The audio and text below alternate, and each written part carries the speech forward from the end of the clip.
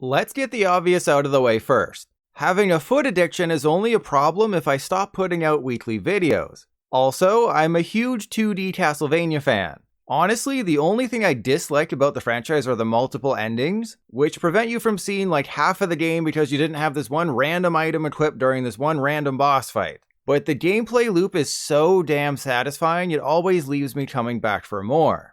I recently replayed the Game Boy Advance Castlevania games on Switch for a different video, and I really enjoyed them. The next natural step would be on freshly cut grass with bare feet, because I enjoyed the way the blades get between my toes and tickle me. It also would have made sense to replay the DS games for like the third or fourth time, but those cost way too much on eBay, so I instead decided to revisit the game that killed the franchise, Castlevania Lords of Shadow Mirror of Fate for Nintendo 3DS. On Game Boy Advance, Konami had 3 critically acclaimed Castlevania games. On Nintendo DS, Konami had 3 critically acclaimed Castlevania games. But on 3DS, Konami decided they were tired of all the praise and made this instead. Part of that had to do with the departure of Koji Igarashi from the company in 2014. He was the driving force behind Castlevania since Symphony of the Night, but with him gone, Konami handed the reins to Mercury Steam, who is now known for Metroid Shamus Returns and Metroid Dread. 10 years ago, though, they'd created Castlevania Lords of Shadow, so there was some familiarity with the franchise. Unfortunately, instead of evolving the Iga Castlevania games for 3DS, it seemed like they were trying to create a console Castlevania experience on a handheld, and it felt nothing like the previous games. The formula for the GBA and DS Castlevania games was simple. You explore a castle room by room, battle a variety of enemies, get sucked on by a succubus because you think they're hot and just want a hug because you're so lonely and try to live vicariously through a video game character, kill a boss, get a new power-up, then rinse and repeat. With Mirror of Fate, they used the same formula but got a different answer, like when someone doesn't use PEMDAS. Still, as an action game, Mirror of Fate is good enough. But as a handheld Castlevania game, it's a disappointment. Mercury Steam leaned too heavily into the action and stripped away a lot of what made the previous entries so special. It feels like a 2D God of War more than anything, even down to the mashing B when opening a chest and using the whip like a blade of chaos, except you can also use Castlevania's whip in the bedroom. Now, I know what you're thinking. I really shouldn't have let somebody named Dr. Acula do my blood draws orally, but you're only partially right. While a more accurate comparison for Mirror of Fate would be that it's a 2D Lords of Shadow, I never played those games, so we're going with Kratos instead. Okay, I know I'm ragging on Mirror of Fate more than I maybe should, so let's get back to the goodness. When you turn the brightness up, the graphics aren't bad. And while the characters feel like they weigh 500 pounds when platforming, the dodging works really well. It was also interesting to see how elements from Mirror of Fate made their way into Mercury Steam's Metroid games, such as the way enemies glow before they attack and the way you can counterattack. If nothing else, we can thank Konami for making Samus Returns better. It's just that most people, myself included, were expecting a sequel to Order of Ecclesia with Mirror of Fate, not a handheld Lords of Shadow. One thing I liked in the previous entries is how, despite the small rooms you traversed, the castle felt completely interconnected, giving you a sense of a much larger world, even if it didn't make a whole lot of sense.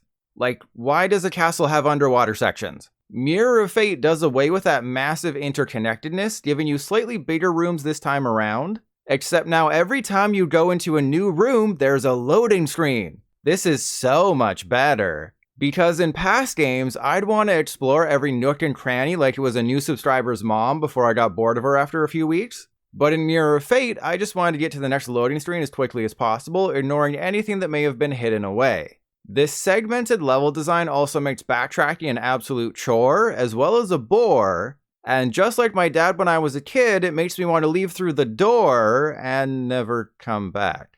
But enough about what this game isn't. When you level up in Mirror of Fate, you unlock new moves, like you're playing Street Fighter with your brother, and you peek over at the strategy guide, only to realize there's a million more moves than just Hadouken. So now instead of Y being your best attack, now Y is your best attack. You also get summons in the form of a dodge lady and an archer guy.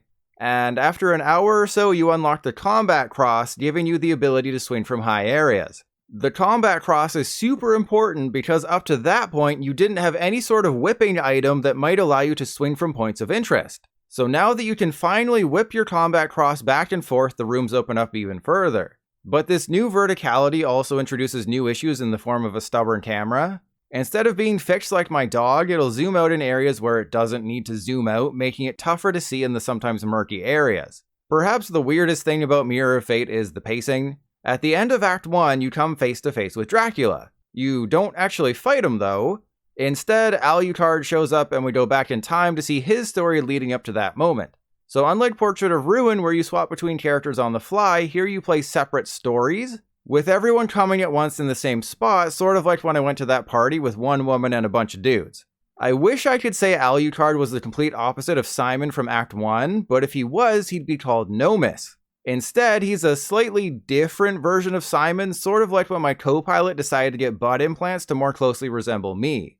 At their core, Alucard and Simon are the same though, but Alucard can turn into a doggo to climb walls, throw bats like he's Batman, slow down time because why not, and even use a magnetic zipline.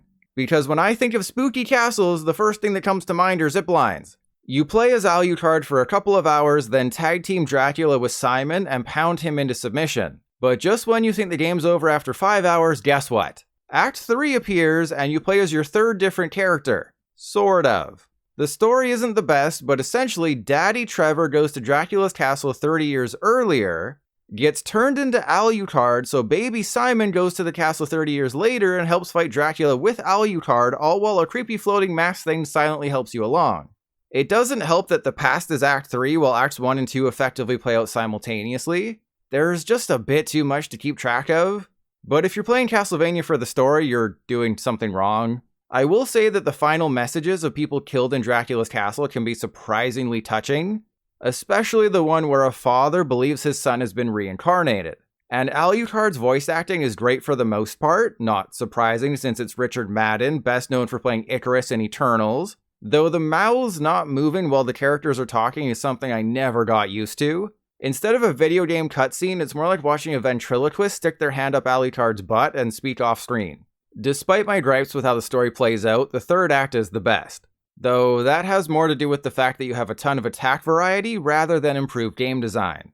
Don't ask me how your learn skills in the future carry over to 30 years in the past. That makes my brain hurt more than when my ex-wife said I'm not allowed to hire the hot girl nanny, but she went ahead and hired the hot guy nanny who is now her latest ex-husband.